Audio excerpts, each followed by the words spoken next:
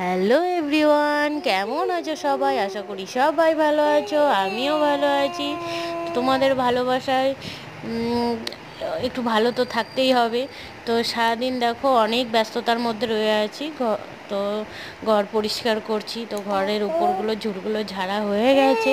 তো আমি এখন জানালা দরজা মুছে নিচ্ছি। তো সেইটা করতে করতেই তোমাদের সঙ্গে একটু ভিডিও শেয়ার করতে মনে হলো যে এটা করছি, এটাই করি। তো তার সঙ্গে দেখো আমি কাজ করলে এভাবেই একটু গামছা টামছা জড়িয়ে নিই, গায়ে টায়ে ধুলো টুলো লাগে।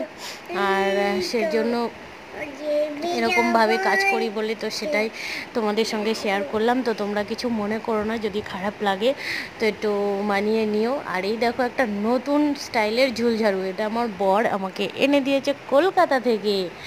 তো কলকাতা থেকে উনি কলকাতা মার্কেটে যান, তো সেখান থেকেই নিয়ে এসছে। দেখো কতটা লম্বা হয় এটা।